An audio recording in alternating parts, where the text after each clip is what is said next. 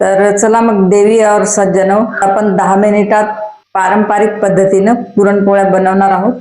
तर चला काही ट्रिक सोबत पुरणपोळी बनवूया.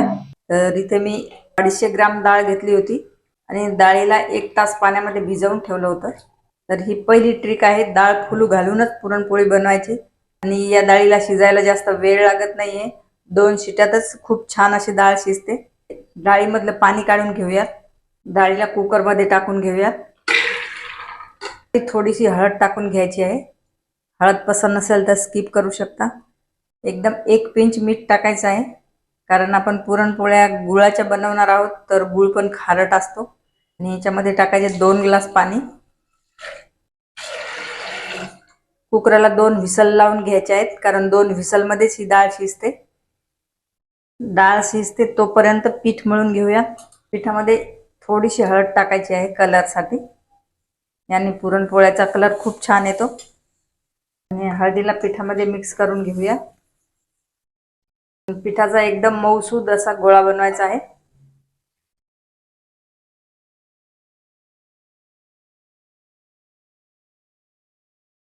हाताला तेल लावून छान नरम असं पीठ मळून घ्यायचं आहे.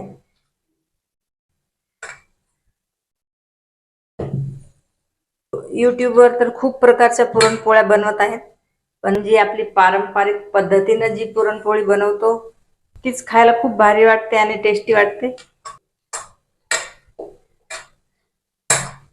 पुरण बनवेपर्यंत हा पीठ छान मुरते. पिठाला अगोदरच मळून ठेवतात. तर बघा, कुकराला 2 व्हिसल लावून कुकर खोलून घेतलेला आहे. बघा, डाळ एवढी छान शिजलेली आहे, एकदम बारीक अशी. डाळीतलं पाणी किंवा येळवणी जे म्हणतो आपण त्याला, ते काढून घ्यायचं आहे.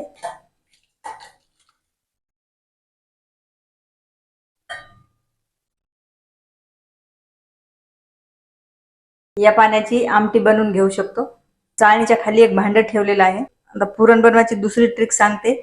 ही ट्रिक वापरली की पुरणपोळ्या एकदम मऊ लुसलुसीत अशा होतात. तर या डाळीमध्येच आपल्याला गूळ घालायचा नाहीये. पहिले डाळीला बारीक करून घ्यायचा आहे, नंतर गूळ घालायचा आहे. चाळणीमध्येच ग्लासनी किंवा अशा मॅशरनी डाळीला बारीक करून घ्यायचा आहे.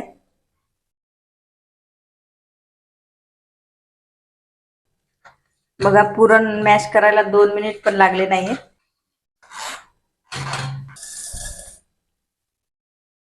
तर हे पुरण पूर्ण वाटून घेतलेलं आहे. आता याला घ्यायचं एका कढाईमध्ये आणि पूर्णामध्ये टाकायचं आहे 1 वाटी गूळ. गोडाचं प्रमाण कमी जास्त करू शकता.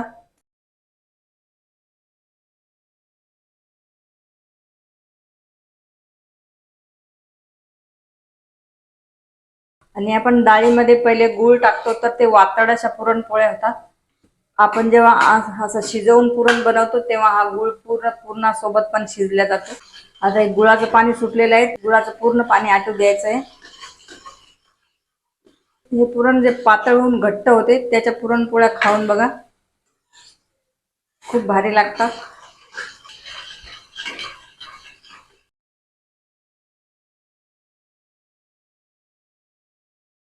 तर बघा, पुरणातलं पूर्ण पाणी आटलेलं आहे.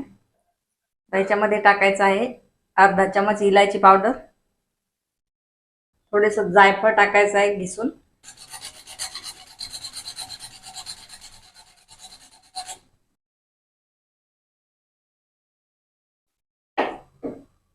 बघा, एकदम छान मऊ असं पुरण झालेलं आहे. पुरण घेऊया काढून आणि पुरणाला थंड करून घेऊया. बघा, छान लुसलुसीत असं पुरण झालेलं आहे.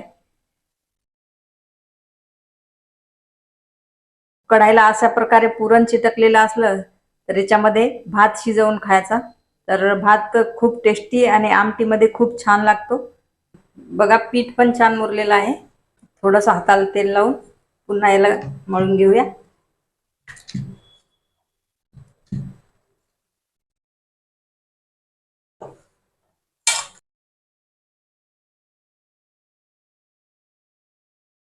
मळलेलं पीठ असं ताणलं पाहिजे, तर याच्या एकदम सॉफ्ट अशा पुरणपोळ्या येतात.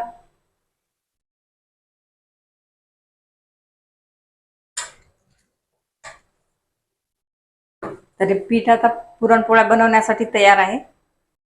तर बघा पुरण छान झालेलं आहे.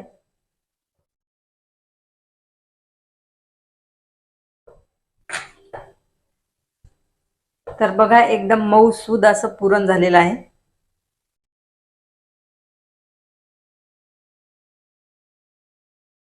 पिठाच्या उंड्यापेक्षा पुरणाचा उंडा मोठा घ्यायचा आहे. अशा प्रकारे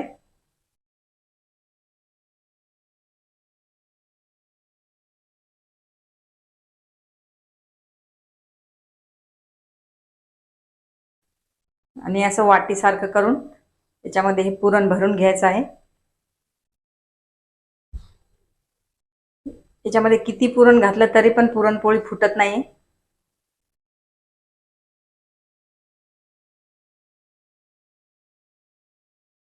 कोरडं पीठ लावून पुरणपोळीला लाटून घ्यायचं आहे.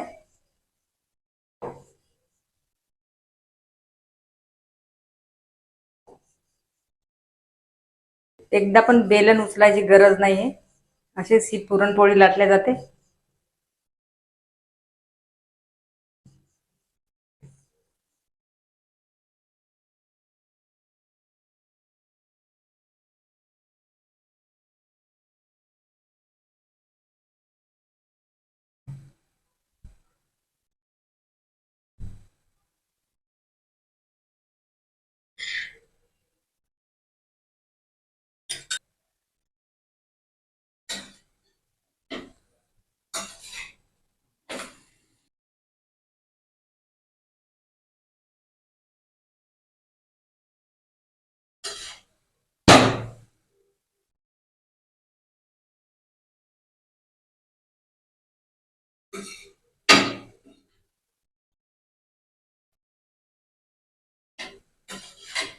बघा एकदम मस्त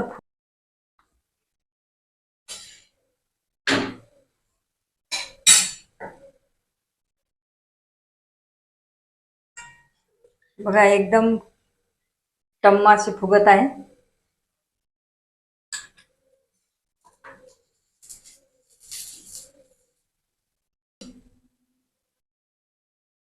सर्व पुरणपोळ्या अशा टम्म फुगत आहे.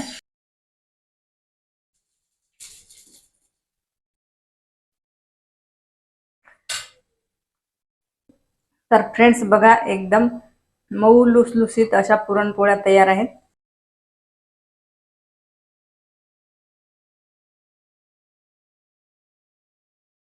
बघा एकदम सॉफ्ट अशा पुरणपोळ्या झालेल्या आहेत. बघा आतमधलं पुरण पण दाखवते. बघा एकदम भरगच्च असं भरलेलं पुरण आहे. बघा आणि तुपाशिवाय तर पुरणपोळीची मजाच नाहीये. तर साईडला ठेवूया तूप.